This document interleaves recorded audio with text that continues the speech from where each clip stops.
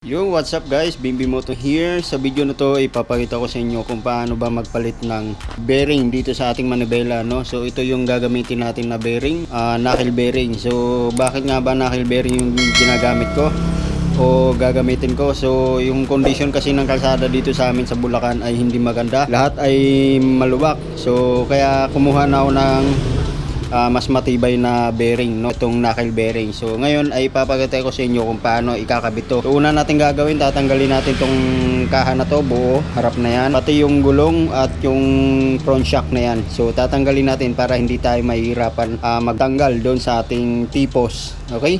So tara, simulan na natin.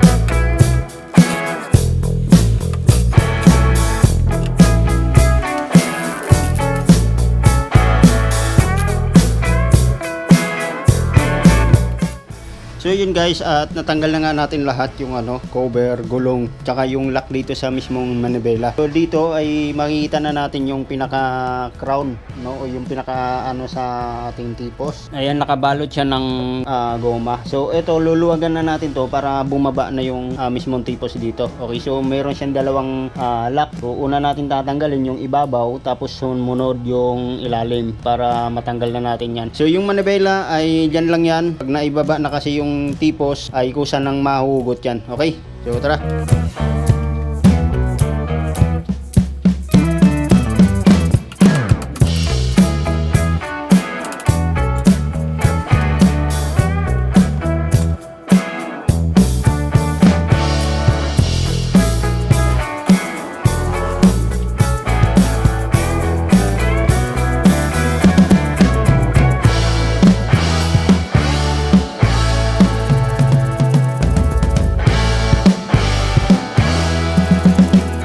So yun guys, at natanggal na nga natin nyo. Ayan, so kinalawang na yung bearing. Tapos ito yung pinaka ng T-post nya. Ayan.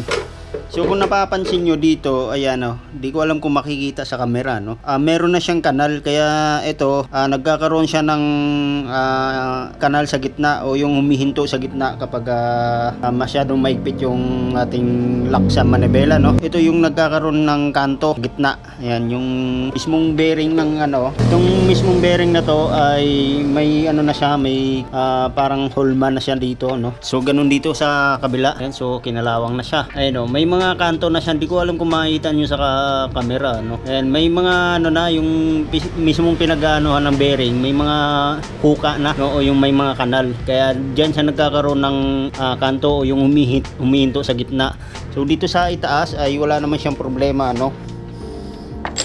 Ayan, so hindi naman siya masyadong pwersado kasi itong nasa itaas. Ayan, no. Yan. So wala siyang diferensya dito sa itaas. So ang pinaka problema talaga ay itong ilalim. Ayan. Ayan. So ganun din dito sa taas, ayan o. So wala siyang problema. Pero papalitan na rin natin siya. no, para isang gawa na lang. Ayan, so dito wala siyang problema, wala siyang huka. So ang pinaka problema talaga ay itong nasa ilalim, kasi ito yung nagkakaroon ng puwersa, no, o yung sumasalo ng bigat ng motor, kaya nagkakaroon siya ng huka yung mga pinagpwestuhan ng bearing. Okay, so tatanggalin na natin to, pati yung sa itaas, para mapalitan na natin ng knuckle bearing. So yung nakakabit pala dito ay stock ball race. Ayan, so kinalawang na ito, hindi na natin ito magamit. Okay, so tara, baklasin na natin to.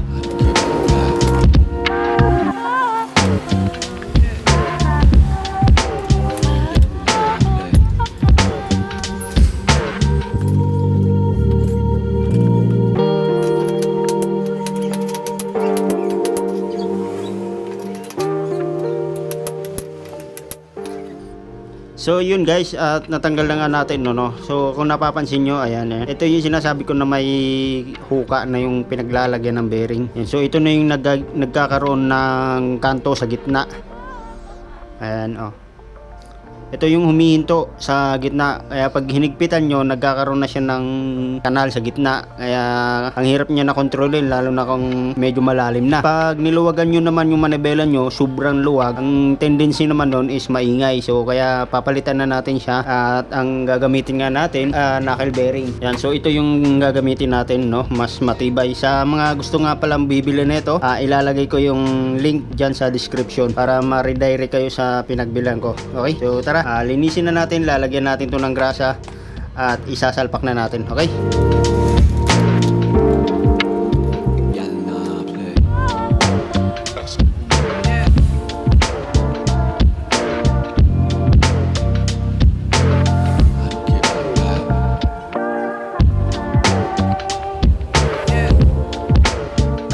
una nating ilagay yung dito sa taas. So yung knuckle nga pala, meron siyang magkaibang sukat na, no. Etong malaki ay dun sa ilalim, sa part nito sa ilalim.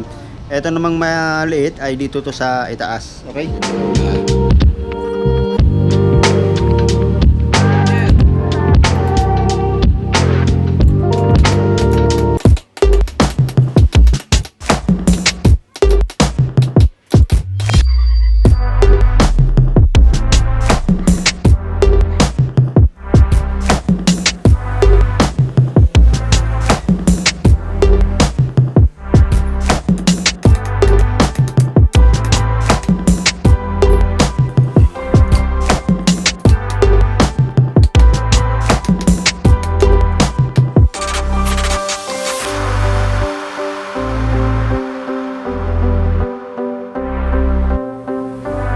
okay, so next natin na tatanggalin itong nandito sa ating tipos. Ayan, so tatanggalin natin to, itong part na to. Ayan, ayan, ito. Ayan, so papalitan natin siya ng panibagong ano, dun sa mismong ano ng bearing, ng knuckle bearing, para mailagay natin to, itong part na to. Ayan, so para mailagay natin to. So tatanggalin muna natin tong luma dito. Okay, okay, so ito na yung ating tipos. Tinanggal ko na yung tapaludo. Tatanggalin na natin to. Hindi na natin to kailangan. So ang gagawin natin is ilagay natin dyan taob, tapos pukpukin natin to. Yan, so pag ganyan.